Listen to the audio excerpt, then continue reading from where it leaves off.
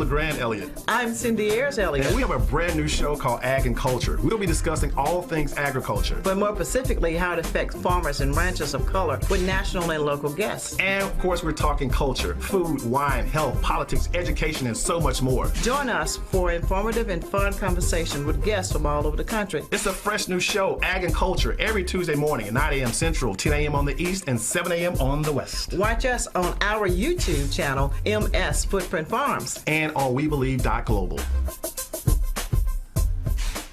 Good morning and welcome. Episode number 4 of Ag and Culture. Good morning. I'm your host, LeGrand Elliott, and of course, as always, my lovely co-host is... I'm Cindy Ayers Elliott. Good morning. How are you? I'm excellent this morning. How was your weekend? It was great, and I'm so excited about today. Good. Are you excited? Well, I'm always excited. This is episode number 4. It's episode number 4, but I'm excited because not only is this the first day of February, but we got one of the most dynamic guests that will be with us today that I can't wait to introduce, and she's also a good friend. Well, good. So if this is your first time tuning into this show, our show is Ag and Culture, and our show explores all things agriculture, but more specifically, how does it impact communities, farmers, and ranchers of color? And of course, we're talking culture. We like to talk food. We like to talk education, politics. We're going to talk wine. Speaking of wine. Yes. Yeah, speaking of wine, so I just got back from Houston bottling a lot of wine. Yes. So that was really fun. Well, you were out with Eric, my youngest son. Yep. So we'll talk about that off camera. But our goal of this show is just to be interactive and to inform everybody about what's going on in the state of agriculture and how it affects Black people. If you want to join in and be a part of this discussion, Instagram, Footprint Farms, Facebook, Footprint Farms as well, and hit the website, Footprint Farms ms.com, or you can hit us up 1-800-492-5186. And of course, you see the swag here. You see the swag on the table. You see the swag. Can you see where your cup? Yeah, there it is. So our proud sponsors, Heifer International USA, for over 75 years. Heifer USA have been helping farmers and communities all over the world to create sustainable businesses and to earn living income and wages. Absolutely. So we always appreciate Heifer, and I challenge you guys to go check out heifer.org. It's a very, very good organization that's doing a lot to help a lot of people from around the world. So appreciate our title sponsors, Heifer International. Absolutely. And they got some great videos, too. If you want to learn more about ag, you can actually watch some of their videos. But we're excited about them being our sponsors, and thank you so very much. We also have the pleasure of being able to say it's our official Black Month, February 1. That's right. We're going to make sure we lift every voice and sing. You know what I'm talking about? Every voice and sing, but not just in February, but 365 days a year. Absolutely. And I forgot last time. I said I wasn't going to forget because they hit me up. It's like, you didn't mention us, but shouts out to my Facebook group, Black Owned Farms. Yes. If you have not, or you're interested in farming and you have not checked out this group on Facebook, I highly recommend Black Owned Farms. Facebook group. There's over 250,000 people who are potential farmers, and farmers. that are farmers. Yes. So just a really good group. There's no question that's incorrect. Every question is a good question, and we want to say hello to our friends on Black Owned Farms Facebook group, and as well as everybody that's on our Facebook Live as well. Facebook Live, and to our Footprint Farms group as well, to all of us. We're excited to be here and to be able to bring you great information that you can use and able to enhance life. And this is a part of what our mission is here at Ag and Culture. Right. And we also want to say we're thinking about all of our HBCUs this morning. Yes. As we were getting ready to come on the air, and earlier this morning, even in Mississippi, 3 of our HBCUs that we know of, Alcorn State University, Jackson State University, as well as Tougaloo College, and I believe Howard University this morning as well, received bomb threats for the universities. So our hearts go out to our HBCUs. It bothers me a little bit that they're trying to go after our babies, and I don't like that. Well, LeGrand, it's part of just everything with America right now, but especially being February, and of course they said we shouldn't have a month anyway. So there again, this is kind of late breaking, and our hearts are with our HBCUs all over the country. Absolutely. With that being said, young lady, you said you had a very special guest. I do. And I'm going to let you do the honors of introducing this great person. Great. Thank you so much. Well, if you would take notice to the screen right now, Eloris Speight, the Eloris Speight, who is the Executive Director of the Policy Center for Socially Disadvantaged Farmers and Ranchers. And she represents all of the 1890s as relates to farm policies and large CBOs, which is organizations in the community. I'm sorry, CBO, what's that? Well, it's community groups, Gotcha. CBOs. Gotcha. Gotcha. Okay. And the great thing about that is that anyone can be a part of this organization. But I'm not going to waste our time because we got great information to share. So at this time, I will bring you my good friend and the leader of the Policy Center that I'm so proud to be a part of, Eloris Speight. Eloris, good morning. Welcome to the show. Good morning. Good morning. How are you? Good morning. Good. Thank you. I'm doing great this morning. Excited to be here. Thank you so much. Continue. You're our first guest that we've been able to see. The first one was Eric, and we had some technical difficulties. So right now, you're our very first. So not only are you the first to start up and lead this policy center, you're also the first for ag and culture. So congratulations, young lady. Yes. Thank you. But please tell us more about the policy center. We'll just let you dive right in. Just for people who don't know, just explain to us a little bit about your role and exactly what is the Small Disadvantaged Farmers and Ranchers Policy Center. Okay, so the Socially Disadvantaged Farmers and Ranchers Policy Research Center, located at Alcorn State University, and since that is such a mouthful, we refer to it as the Policy Center. Got it. It was authorized in the 2014 Farm Bill, and the 2014 Farm Bill specified that it was to be located at an 1890 university. So Alcorn State University, in response to the request for proposals from USDA, was a successful grantee. And so the Policy Center was then established in late 2015. And as they say, the rest is history. Yes. Now, one of the things I want to say, the Policy Center, it was a 20-year in the making to actually get it in the Farm Bill. It's 20 years, ago, a concept paper was written by Jerry Penny, who is now at Tuskegee University. And it started out as a policy center for Black farmers. Ultimately, it was expanded, and so it is a socially disadvantaged for all socially disadvantaged farmers. And for anyone not familiar with the term, socially disadvantaged is a term that refers to minority farmers, but the difference in the original definition between minority farmers and socially disadvantaged was white females. So white females were not included in socially disadvantaged farmers. Right. Now, later they were, included, but in the original definition, they were not. Got it. Okay, now you asked me, so why me? I was, as Cindy mentioned, the first executive director over the center, and I've been there for 6 years now. So a lot of firsts, in my career. I actually retired from USDA Natural Resource Conservation Service, where I was the first Black female deputy chief for management in the 80-year history of the agency. Oh, wow. There, yes. And so I retired as a senior executive service member. And the other thing, though, so while I spent over 30 years in Washington, D.C., I also, growing up, spent my summers on my grandparents' family farm in North Carolina, small town in North Carolina, Wilson, North Carolina. And so that was my introduction. So I grew up putting in tobacco, if you will. So that was my, first exposure to agriculture. So I've been, agriculture has been a part of my, entire life. So you mix the two, 30 years in Washington and with a background in agriculture, made me an ideal candidate, if you will, to lead the Policy Center. Right. And you mentioned the Policy Center. I'm sorry, you mentioned the Policy Center being in the Farm Bill, and just for some of us who don't know, you're referring to the United States Department of Agriculture as it relates to the United States National Farm Bill, correct?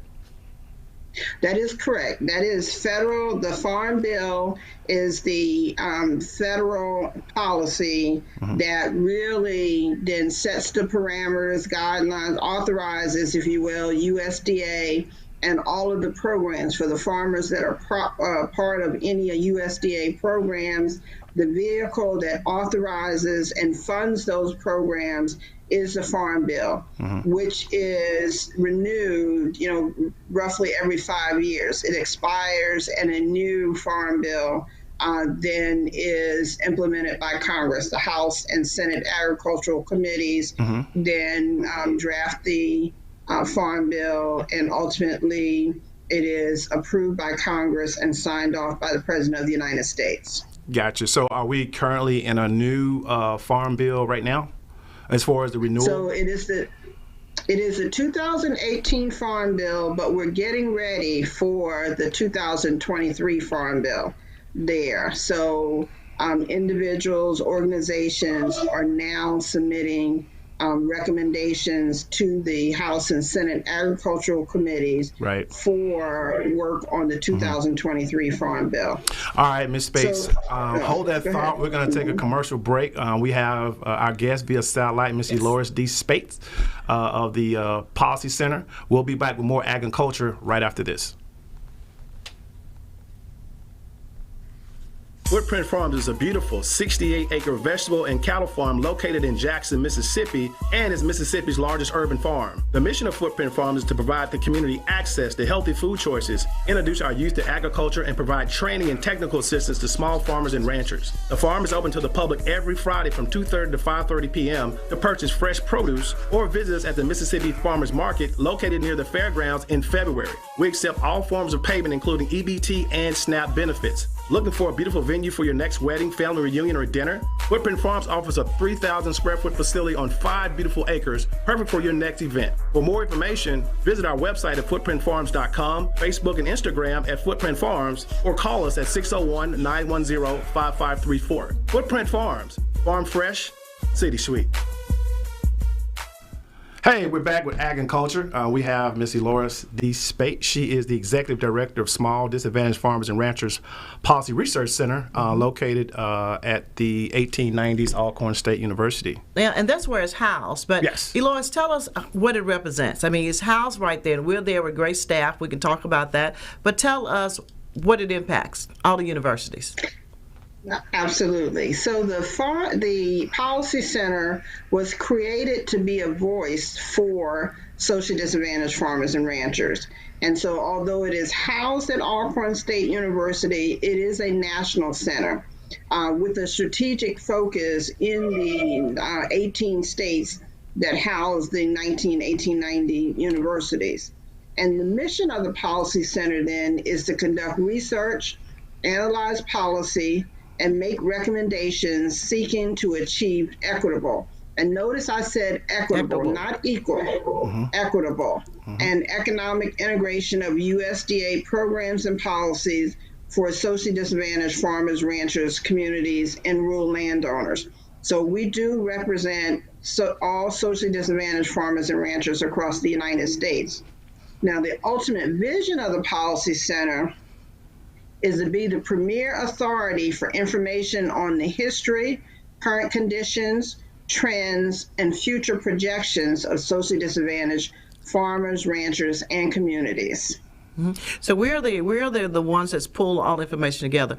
But talk to us and tell us, right now, we've been working for this next Farm Bill for the last 3 years, getting ready for the last Farm Bill. And you're referring to the 2023 Farm Bill that you're getting ready for, correct? Yes. Okay. So correct. Right now, So again, one of the, another reason that the Policy Center was created was to ensure that when the farm bills, are implemented, they advance the success of socially disadvantaged farmers and ranchers. And so, and that it is not only anecdotal stories, because, I'm sure there are plenty of stories that we all could share, but Congress wanted to make sure that we brought research-based data information to Congress then that talked about the impact and how many socially disadvantaged farmers, if you will, were experiencing similar or the same issues. And more importantly, then how many would be impacted if certain items were in fact implemented, the recommendations are implemented. So we have 4 areas of focus then. Stakeholder engagement, which includes an advisory board, which is chaired by the president of Alcorn State University, Dr. Felicia M. Nave, the first female and the 20th president of Alcorn State University. In addition, Cindy mentioned community-based organizations. We work with 70 plus community-based organizations that represent socially disadvantaged farmers there. We are currently working with 100% of the 1890 universities and a number of other land-grant universities to get things implemented. So in addition to stakeholder engagement, as you can see, is very broad, we also had to conduct active research then. And we have 6 priority areas in our research. We also do policy development. We take the issues and concerns and convert them into policy recommendations then. And then what we call strategic outreach. So the Policy Center, we don't do direct outreach to farmers. That is still the extension staff at the 1890 universities and the community-based organizations. But we provide the tools and techniques for those community-based organizations and for the 1890 universities to be able to provide that outreach. And we also communicate then information on the Farm Bill, because again, another reason that the Policy Center was created, because minorities and specifically Black farmers were not traditionally involved in the formulation then of policy, but they were impacted, and in a number of cases there was adverse impact because no one was sitting at the table to say, if you do this, then Black farmers intentionally or unintentionally will be harmed.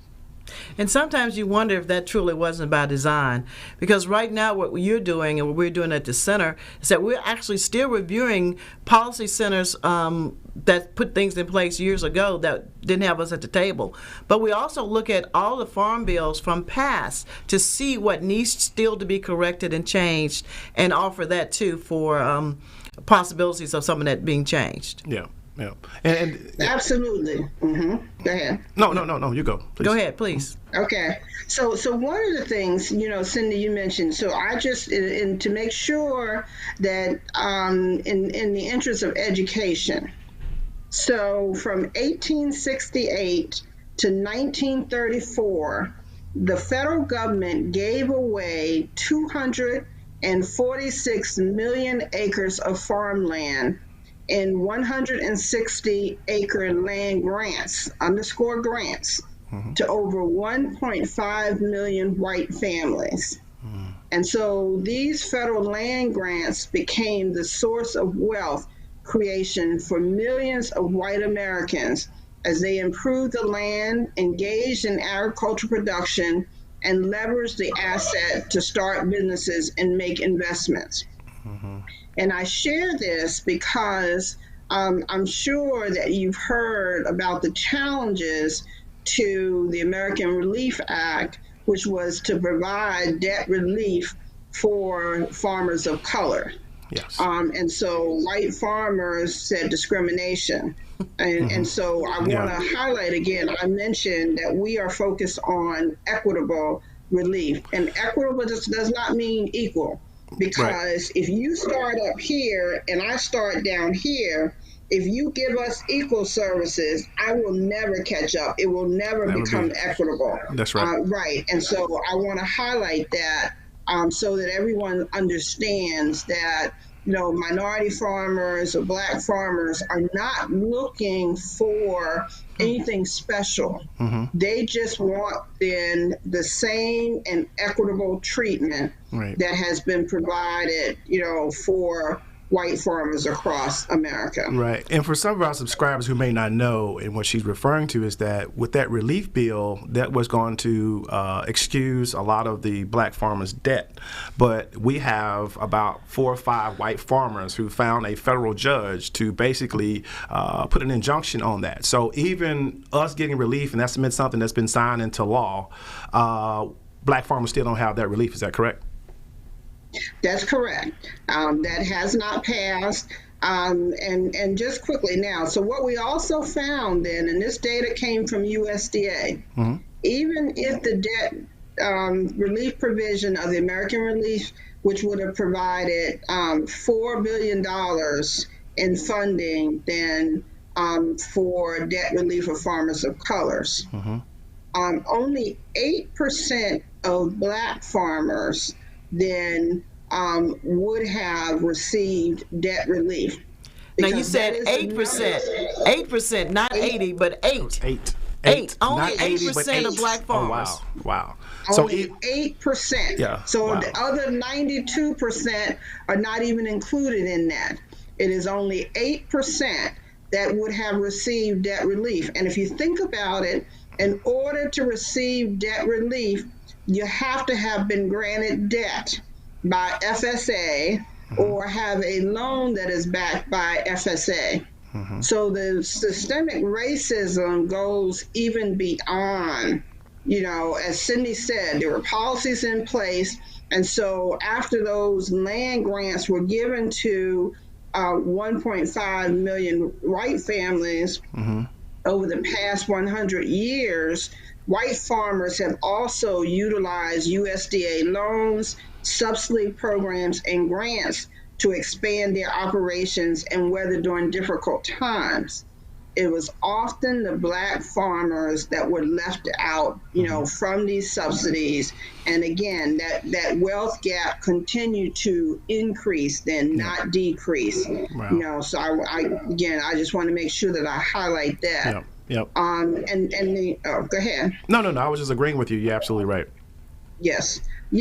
So again, I just want to make sure that everybody understands the playing field in which we are operating then. So that's why, I share that information. So what we're trying to do is to make sure that we educate. And then there is and by USDA's own admission, there was racism then where, there was discrimination against specifically Black farmers, and primarily Black farmers and Native American Indians were the two group of classes that have suffered substantial discrimination then by USDA, by the federal government then. And so, and one other thing I'll share, how we got to the American Relief Act then, because one of the things during the previous administration, then Black farmers, well, first of all, let me take a step back. During the previous administration, the top 10% of farmers, which are predominantly white, received 60% of all COVID relief funds. 60% of all the money. 60% of the money went to the top 10%. The bottom 10% received less than 0.5%. So the majority of Black farmers are included in that bottom 10%. So they received then less than 0.5% of COVID relief funds. I want you to hold that thought. We're up against another break, and we're going to pick up from that because that's a lot right there. Yes, major. You're watching Ag and Culture. We're here with Ms. Eloris Speight, Executive Director of Small Disadvantaged Farmers and Ranchers Policy Center. More Ag and Culture after this.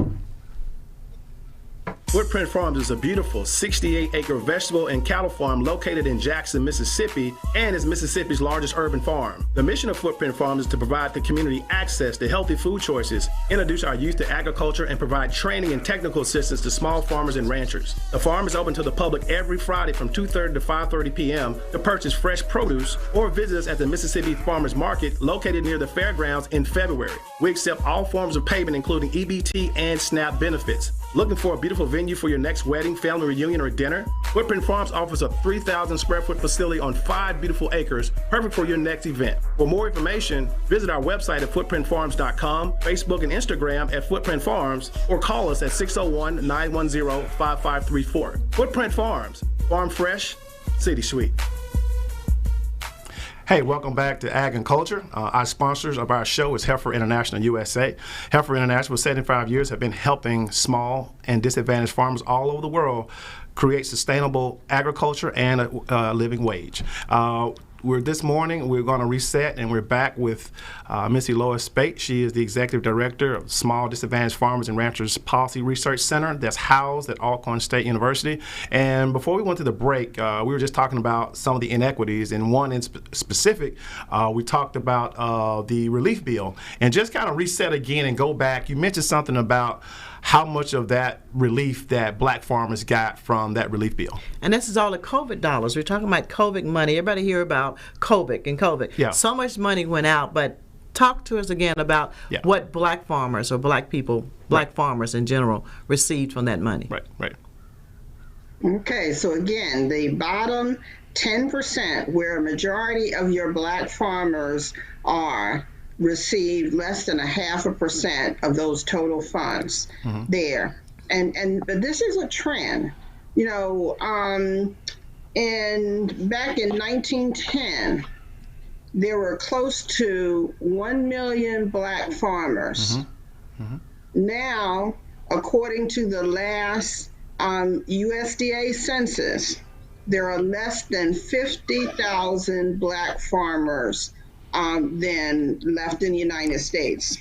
And so if there is not some intervention, black farmers will become extinct. Wow. Absolutely. You know, so I want to highlight that, yes. Yeah. And so, you know, we talked about it, and I know that I'm spending a lot of time this time giving you the background because I want to make sure that you are educated, you know, on how we got to this point and then why the Policy Center is absolutely essential there.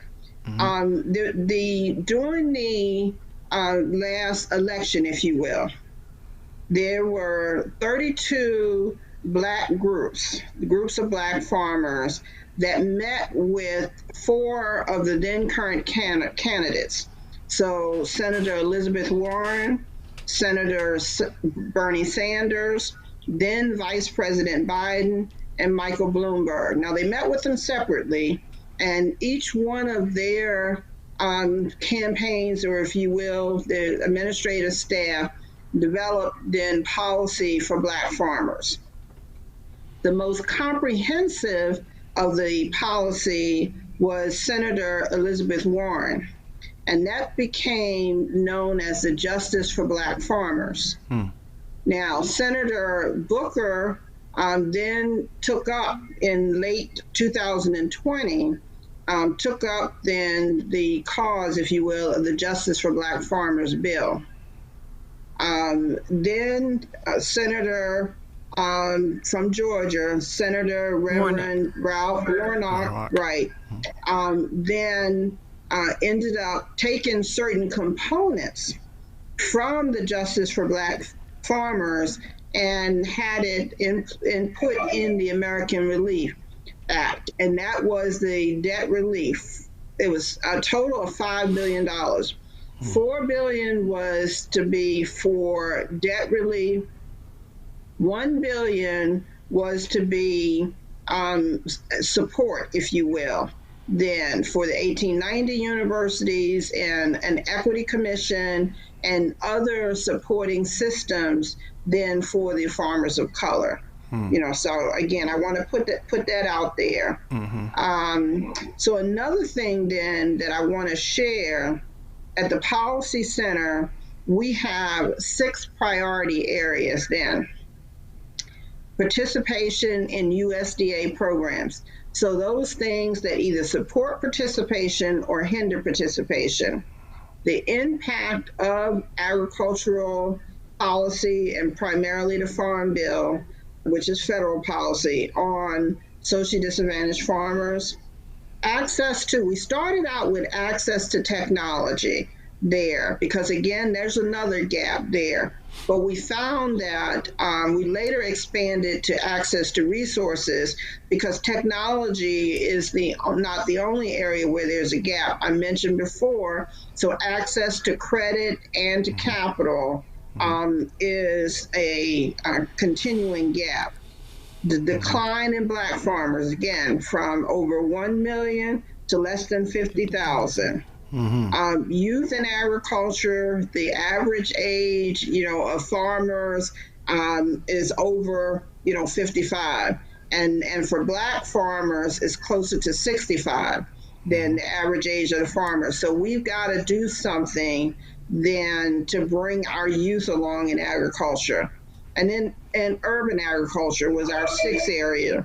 The urban agricultural and community development. This is a growing area, especially because of all the food insecurities in our urban areas there. And so we added that as a priority as well. Right. And I know, like I said, I'm only touching on this because I want to make sure that everyone has at least a good, background in this, and that there are going to be plenty of vehicles for getting updates. One is the website at Alcorn State University. There is a link for the Policy Center, and we keep, that website updated in our 4 priority areas then to make sure that farmers of color have access to the most recent information. And I understand that the Policy Center getting ready to launch the very first issue of the newsletter. You want to talk about that a little bit? Yes. And so what we realize is in terms of access to technology, everybody doesn't necessarily, have the technology that they need then to advance. So what we decided was that we would issue print-based a newsletter then that has the same information that is on our website, or that has the latest, information in those 4 areas of focus that I mentioned. And so the very first issue is going to go out later today, and it will be sent to all farmers that is in our database then. So if you are not sure, or if you've never received anything directly from the Policy Center, I encourage you to go to our website and sign up to be a part of. But the newsletter then has a message from myself. It has a update from our policy analyst, April Love. It has an update on the research studies that are being funded from the Policy Center. Dr. Kara Woods then leads the research area for us. And we have one additional staff I just want to mention. So Ms. Rosalind Turner, yes, who is our program assistant that provides all of the administrative support for us. But anyway, the newsletter will be issued, once a quarter, and it will highlight what is going on at the Policy Center. So also, again, right. Ahead, also, it'll go out to a lot of the churches and to a lot of the nonprofits. So even if you want to hear more and you're not a farmer, we will have it out there in the community, and you can again get it from a lot of our churches. We'll make sure they have them. Our other nonprofit groups that's out there that we support. So the information can be read, and the more we know, the more we can do better. But one of the things I want to add, and Eloris hit on it. several of the things that we did during the for the last bill, we actually got put in the bill.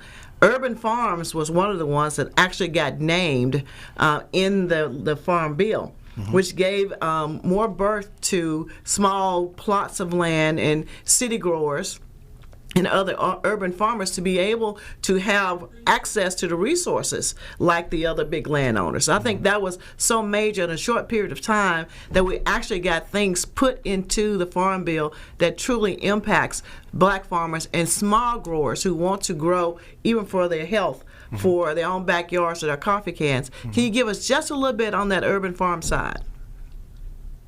Yes. Well, as you mentioned, Cindy, we had last time then for the 2018 Farm Bill, we had a list of priority recommendations. Included in the priority recommendation was for USDA to establish an urban agricultural unit or division within USDA.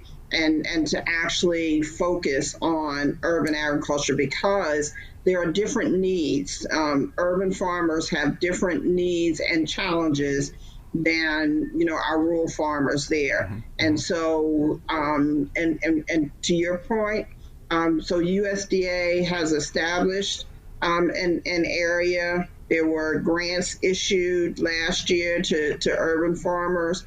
And then we continue. Now, one of the things that I will say as well, so we take our priority recommendations and we present them, if you will, to the Congressional Black Caucus.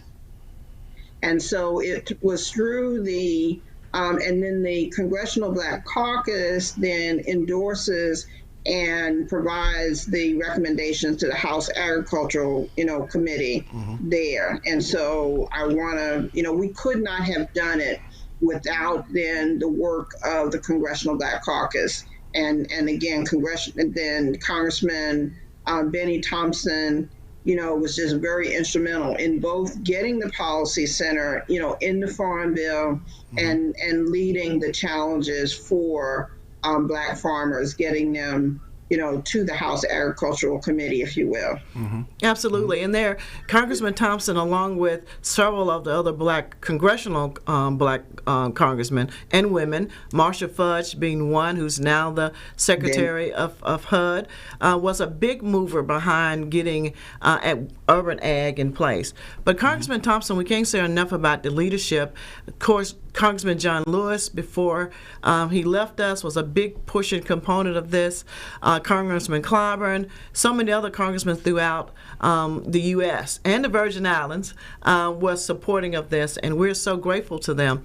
But the important part about this, they're still with us. I mean, they're our biggest components of getting information to them. And once we get it there, then they have the facts to back it up with what they want to do. And that's the beautiful part of the Policy Center and all the great brain power that our 1890s and other historical black colleges are bringing us by doing the research. So now it can be documented, forever documented, put in place to see it. So it's not what they talked about, it's now put in where everyone can see, and we can bring notice to truly what's happening with facts. Yeah. Yes. Yeah. Yes, indeed. And one of the things that we didn't mention then, so one of the policies then was the executive order on racial equity, which President Biden signed his first week in office. And it called for all federal agencies to identify the barriers to racial equity. And then they had a year to come up with an action plan for how they were going to address those racial inequities. So what we did at the Policy Center actually was to charge a team, if you will, led by none other than our own Dr. Elliott there, and LeGrand, who was a big part of that team as well. So this team consisted of individuals that retired from USDA and specifically the servicing centers, NRCS and the Farm Service, Agency. They had over 30 years prior to retiring So they absolutely had the knowledge and of the issues, concerns, barriers through the years. They worked with Policy Center staff, Lloyd Wright, who I'm sure many of you know, who has spent his entire life, if you will, advocating for Black farmers, and other current socially disadvantaged farmers. So this team then identified the racial barriers then, and we provided that information. Once they provided it to the Policy Center, we then met with our advisory board, gave everybody an opportunity to provide input, finalized the document, and we provided it to both to the Office of Management and Budget and to USDA in response to the request for information that both of those federal agencies issued related to racial barriers. So we wanted to make sure that USDA then didn't overlook anything. And so we provided then the list of barriers, and that can be found, on our website as well. Then we, went back to the team and said, okay, excellent job. We have the barriers. What are the recommendations? Right. So they, in fact, produced a second document of the recommendations then for eliminating those racial inequities. And we're in the process of sharing. Hey, you still there? Unfortunately, we're going to have an hour the next time you come on this show, because this 30 minutes is already gone by so fast. But with that, I'm going to go ahead and let you finish that thought, and we'll wrap up. Go ahead. Okay, so my final thought was that we're in the process of providing those recommendations to USDA. We met with the Government Accountability Office, and we will be providing them to the House Agricultural Committee as well. And so we will continue. The next step, if you will, the grant is for us to hold some meetings with farmers, community-based organizations over the next several months to present the recommendations for the next farm bill, to get input, to say, this is what we have. Is there anything that we're missing, or does there anything need to be added? Gotcha. Thank you. And this morning, again, we just thank you so much for taking time out of your busy schedule, talking to Ms. Eloris Speight, who is the Executive Director of Small Disadvantaged Farmers and Ranchers Policy Research Center located at the Alcorn State University. Thank you so much for your time and your information. We look to have you on the show definitely again. And we want to thank everybody for subscribing and watching. And if you hadn't subscribed to our channel, please do so. We want to thank our special guest and also our sponsor, Heifer International USA. You can contact us at the farm, 601-910-5534. The farm will be open this Friday from 2:30 to 5:30. So come get you some fresh vegetables. We'll see you for episode 5, Ag and Culture. See ya.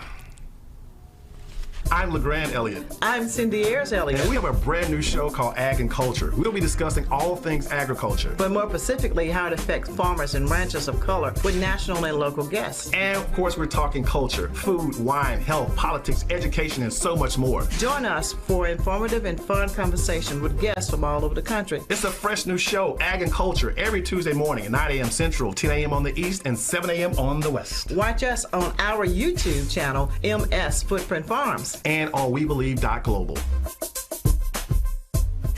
Footprint Farms is a beautiful 68-acre vegetable and cattle farm located in Jackson, Mississippi, and is Mississippi's largest urban farm. The mission of Footprint Farms is to provide the community access to healthy food choices, introduce our youth to agriculture, and provide training and technical assistance to small farmers and ranchers. The farm is open to the public every Friday from 2:30 to 5:30 p.m. to purchase fresh produce, or visit us at the Mississippi Farmers Market located near the fairgrounds in February.